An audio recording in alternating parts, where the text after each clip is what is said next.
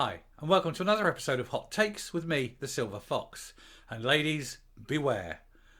Be afraid. Be vigilant. Especially if you're in Plymouth University. Because they're not only allowing men into the ladies' bathrooms, they're telling you that you're not allowed to say anything. And that if you do, you could be censured. It's unbelievable in this day and age that after all the rights and freedoms that you've won, you're now being subjected to the removal of those rights and freedoms, the removal of those safe spaces, and the removal of your voice because you're told to stay silent. This is unbelievable and unacceptable in this day and age that women are told to remain silent when they're feeling threatened.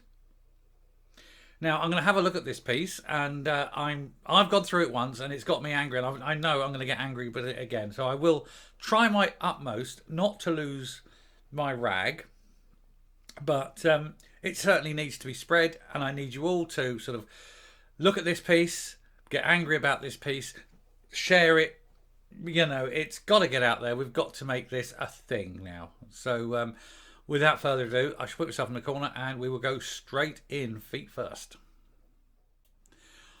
Right, this is the article. Before I get into it, I'm going to have to change the terminology I use a little bit from time to time, just for the algorithm. YouTube has a thing that it won't push videos.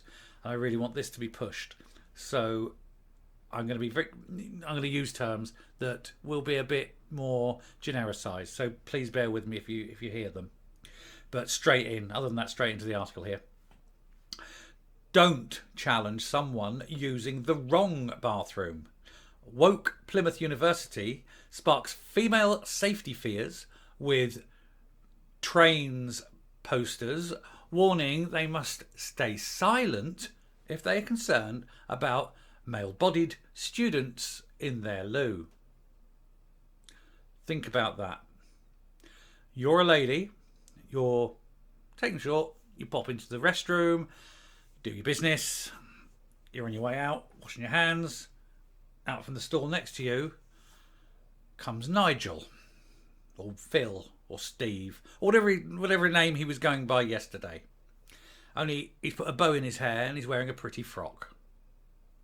He's 6'4", he's well built, he used to play for the rugby team. And now he's standing next to you. In a safe space, in a ladies' toilet. How do you feel about that? Would you complain? Not to Plymouth University. Not if you want to stay there. The posters have appeared in the female and male toilets at the university. They tell people not to challenge anyone they don't think should be in their loos. The posters have prompted fears that bad people could pose as women. Especially imagine if you are in there taking a small child who needs a little bit of assistance when they are going to do their business. What's to stop anyone walking in and doing what they want? And you're being told not to challenge that. You're being told put up with it and keep your mouth shut. That's what they're telling you. Female students at the University of Plymouth have been told not to confront anyone they suspect of posing as a woman in their toilets and instead protect them from harm. So your job as a woman is to protect the man from harm. So gallant. Signs in both male and female lavatories around its building contains the warning posters branded with the pink, blue and white strips of the flag. I'm going to say something at the end of this video. One of you, my loyal and wonderful viewers, contacted me, gave me a few links and educated me, and I'm going to be passing that on shortly. That person knows who they are. And I offer them my deepest thanks. But we'll move on for now. Critics have branded the move repellent gaslighting and questioned why a third toilet space could not be created instead. The notice reads, "You are welcome here." Do you think someone is using the wrong bathroom? Please don't challenge them, stare at them, insult them. And there's the poster. And as you see, you're told you don't challenge them, you don't stare at them, you don't insult them. Instead, respect their privacy, respect their identity, and carry on with your day. If you're still able to, if you haven't been,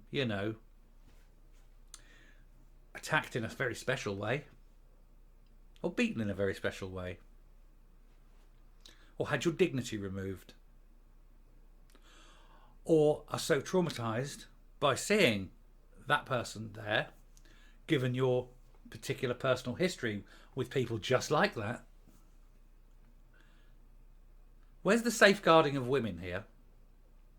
Where is the safe space for women that has now been officially and legally defined that an organisation can have a single sex space in law, but not at Plymouth University? And it gets worse. So instead, please respect their privacy, respect their identity, carry on with your day, says the poster, as we've covered. They are using the toilets they feel safe in. So it's okay for them to feel safe, but not for you, ladies. It's okay for that man to feel safe, but not for the ladies. And they keep using the plural. Please respect their identity. Please respect their privacy. Do not make them feel uncomfortable. Protect them from harm. Let's address this issue. If it's a trans woman, i.e. a man, well, first of all, the pronoun should be him. But even if he's wanting to be a woman, he would prefer her. It's only the non-binaries that want they and them.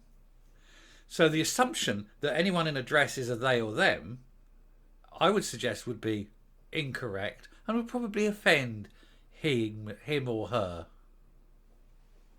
So again, this is the morons writing this. Secondly, use the correct pronouns. If it's a man in a lady's toilet, it's him. Doesn't matter what clothes he's wearing, and it doesn't matter what he calls himself. Because here's the thing. He has the right to call himself anything. But he does not have the right to tell me how to speak. He does not control my words. So I will call him him. He might not like it. He is free to not like it.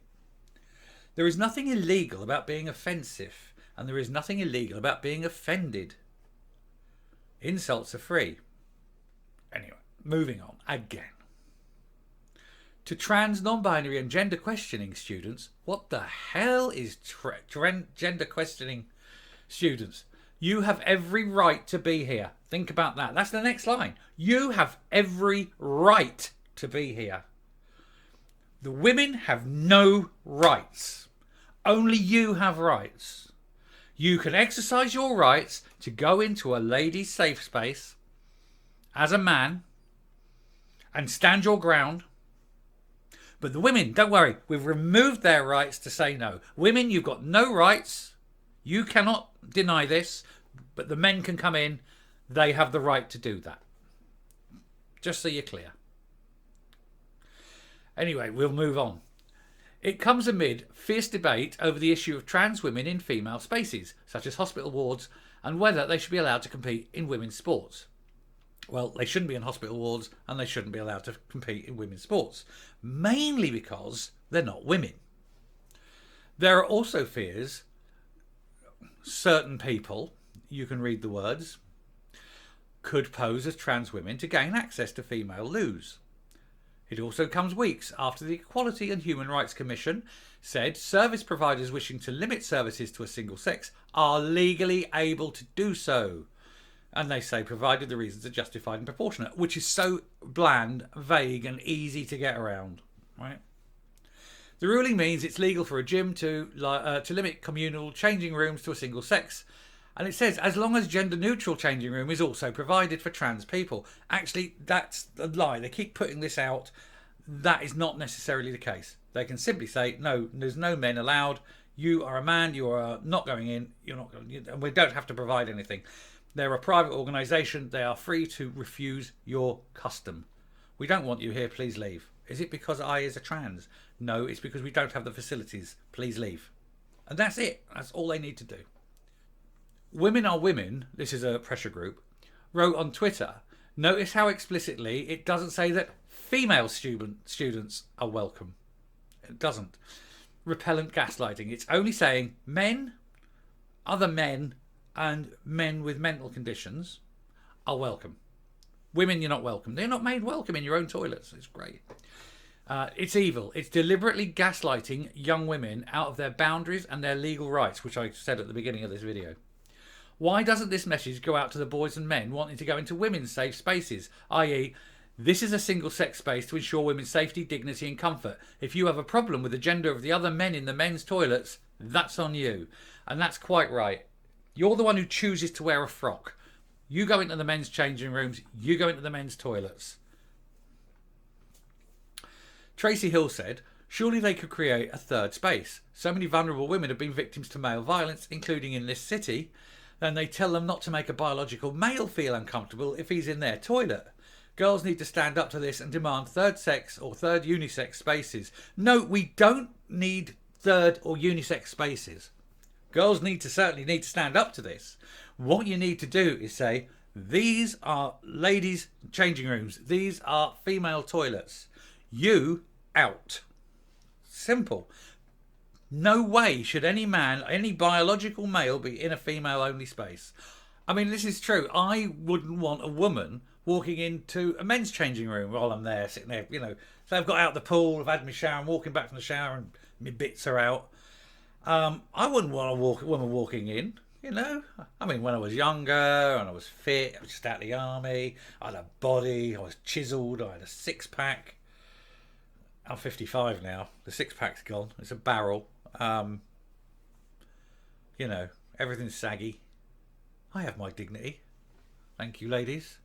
I'm suave, sophisticated, erudite. I know my wines. I know my food. I could show you a good time with a meal. But let's face it, last thing I want to do is see me naked in a changing room, for heaven's sake. Anyway. She goes on. Plymouth University insisted it had done nothing wrong. Well, Plymouth University is wrong. It has done much that is wrong. It has done much that is offensive, is not safe for women, is threatening to women, is endangering women, and is increasing the risk of a certain type of attack. A spokesman said, our campus has been designed so our staff, students and visitors feel comfortable and secure in their surroundings, which includes single-sex and gender-neutral facilities.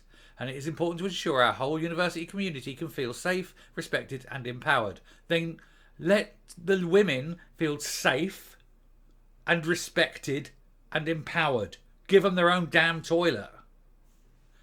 There are, and I kid you not, there are, how many? There's 376 comments at the moment. When I first looked at that, there were about 280, so it's gone up nearly 100 in virtually no time. And I couldn't find one.